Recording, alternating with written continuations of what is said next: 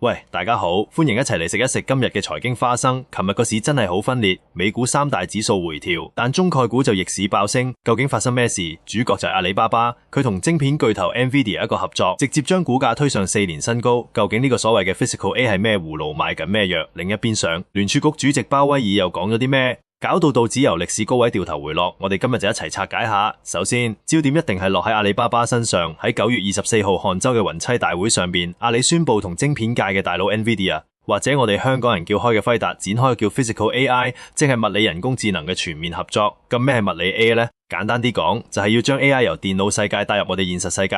合作嘅目標就係要推動好似具身智能，即係有實體嘅機械人同埋自動駕駛呢啲應用快啲落地。具體嚟講，阿里雲會整合 NVIDIA 系列嘅 I 軟件，由數據處理、模型訓練到仿真測試，提供一條龍服務。呢個合作唔單止係技術層面，更重要嘅阿里展現出嘅決心。集團 CEO 吳詠銘講到明，實現通用人工智能 AG 係確定性事件，佢哋正喺度進行一個為期3年、總值300億人民幣嘅 A 基建計劃，未來仲會繼續加碼。呢個銀碼真係唔係講笑，擺明車馬要喺呢個賽道上面全力衝刺。市場反應可以話係極度興奮。消息一出，阿里巴巴嘅港股股價即刻飆升，收市大升超過 9%， 收報174蚊，創咗近4年新高。市值一日就多咗超過2500億港紙，連帶佢喺美國 ETA 都升咗超過 8%。更加有趣嘅係，連木頭姐 Cathy Wood 旗下嘅方舟投資都喺近4年後首次重新買入阿里，可見呢個消息對海外投資者嘅吸引力有幾大。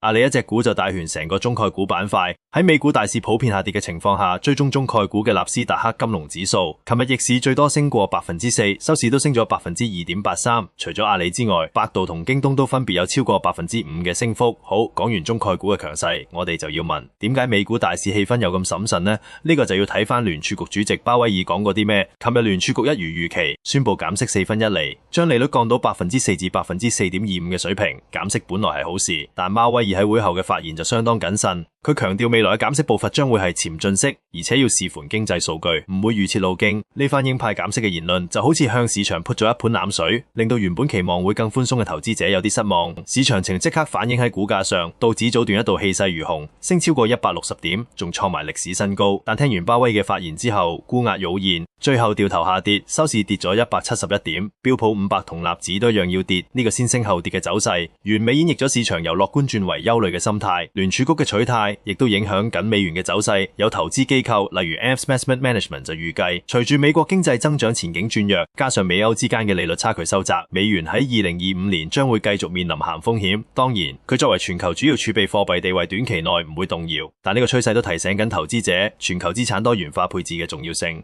雖然有啲機構睇淡美元，但亦有大行繼續睇好股市，特別係中港市場。匯豐環球私人銀行就發表報告，預計美國呢一輪減息週期會喺明年第一季完結。佢哋繼續睇好美股同黃金，更重要嘅係佢哋對中港股市維持更持評級，仲將恒生指數年底嘅目標價上調到大約27010點，預期全年表現有機會跑贏全球主要股市。佢哋認為，雖然恒指今年已經升到上2600點嘅4年高位，但市盈率只係12到13倍，估值仍然合理，未有泡沫推動大市向上嘅動力，主要嚟自金融股嘅高股息同埋互聯網科技股嘅 AI 發展故事。總括嚟講，琴日嘅市場就好似一個舞台，上演緊兩套唔同嘅劇目。一邊係由阿里同 NVIDIA 主演嘅 A 科技狂想曲，帶動中概股熱情高漲；另一邊係由鮑威爾主導嘅貨幣政策懸疑劇，令到美股大市變得小心翼翼。對於香港投資者嚟講，喺環球減息嘅大環境下，加上內地科技巨頭不斷尋求突破，港股嘅後市似乎仍然值得期待。今日花生仔就講到呢度，記得 like 同 subscribe 支持我哋。唔好意思留言分享你嘅樓市睇法，或者想我哋下一集講啲乜，下次再見。